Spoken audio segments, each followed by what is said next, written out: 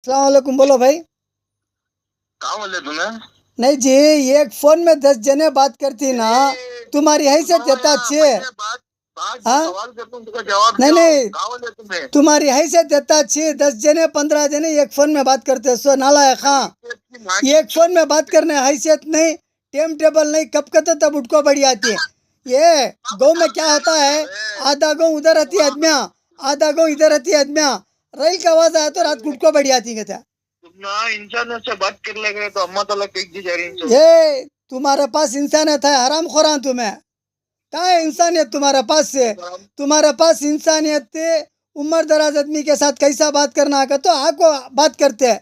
आज सुबह से शाम तक कहाँ कहाँ बात करी मालूम है? खुशहाली दरगाह में बात करी आदमिया, बेतमंगल दरगाह में बात करी, मुरबागल दरगाह में बात करी, केजीएफ में बात करी। हाँ, तुम्हारी हैसियत को एक फोन में 10 जने बात करी ना नालायक। हाँ, तुम इतने खुद को